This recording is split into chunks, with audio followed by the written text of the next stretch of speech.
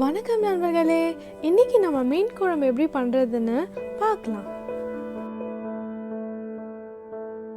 ஷீலா மீன் நான் இன்னைக்கு எடுத்திருக்கேன். நீங்கள் எந்த மீன் வேணாலும் எடுத்துக்கலாம். நம்ம ஃபஸ்ட்டு வந்து புளியை கரைச்சி எடுத்துக்கலாம். அதுக்கு ஒரு லெமன் சைஸ் புளி எடுத்துக்கோங்க. தேவையான அளவு கல்லுப்பு சேர்த்துக்கோங்க. கொஞ்சமாக தண்ணி ஊற்றி அந்த புளியை வந்து நல்லா கரைச்சி எடுத்துக்க போகிறோம்.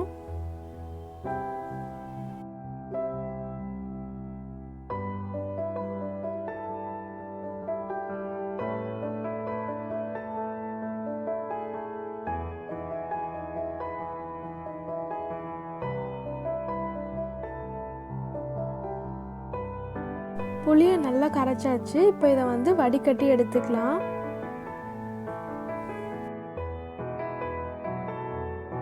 இப்போது இன்னும் கொஞ்சம் தண்ணி சேர்த்து அதை வந்து நல்லா வடிகட்டி எடுத்துக்க போகிறோம். இந்த மாதிரி நல்லா வடிகட்டி எடுத்துக்கோங்க. இப்போது அந்த புளி கூடவே 3 தக்காளி சேர்த்து அதையும் நல்லா கரைச்சி எடுத்துக்க போகிறோம்.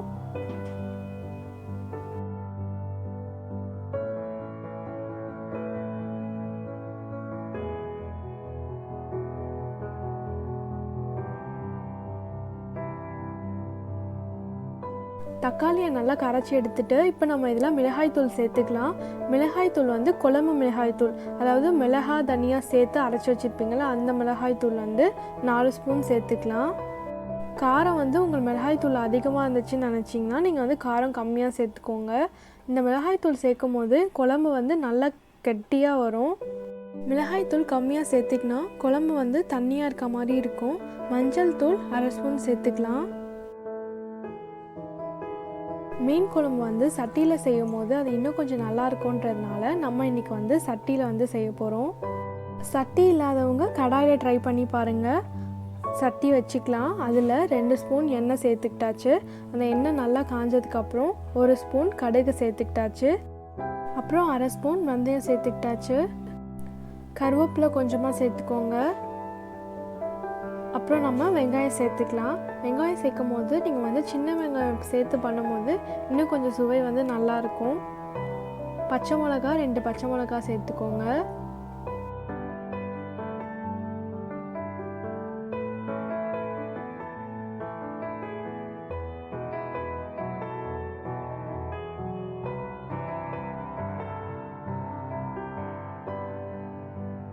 வெங்காயம் வந்து நல்லா பொன்னிறமாக வர வரைக்கும் நல்லா வறுத்து எடுத்துக்கோங்க. இப்போ நம்ம இதில் தக்காளி சேர்த்துக்க போகிறோம்.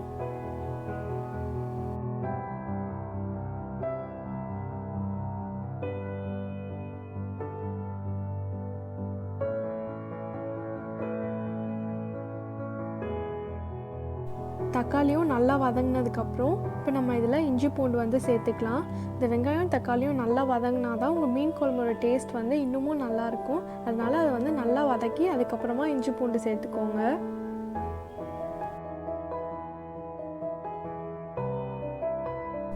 இஞ்சி பூண்டோட வாசனை போனதுக்கப்புறம் நம்ம கரைச்சி வச்ச புளி தண்ணியை அதில் சேர்த்துடலாம். இதை வந்து நல்லா கொதிக்க வைங்க. அதாவது இந்த குழம்பு வந்து கொஞ்சம் கட்டியாக ஆற வரைக்கும் இந்த மாதிரி கொதிக்க வச்சு எடுத்துக்கோங்க.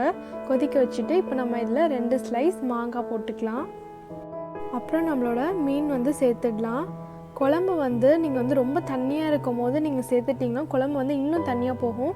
அதனால் குழம்புலேருந்து எண்ணெய் பிரிஞ்சு வரும்போது நீங்கள் வந்து மாங்காவும் மீனும் அதில் சேர்த்துக்கணும். அப்போ தான் அந்த குழம்பு வந்து இன்னும் சுவையாக இருக்கும். மீன் போட்டு ஒரு 10 நிமிஷம் கழித்து நம்ம இதை இறக்கிடலாம். அவ்வளோதான், நம்மளோட மண்பானை மீன் குழம்பு இன்றைக்கி ரொம்ப சூப்பராக ரெடி ஆகிடுச்சு. இந்த ரெசிபி உங்களுக்கு பிடிச்சிருந்துச்சுன்னா லைக் ஷேர் கமெண்ட் பண்ணுங்கள். நம்மளோட சேனல் சப்ஸ்கிரைப் பண்ணாதவங்க சப்ஸ்கிரைப் பண்ணுங்கள். நன்றி நண்பர்களே.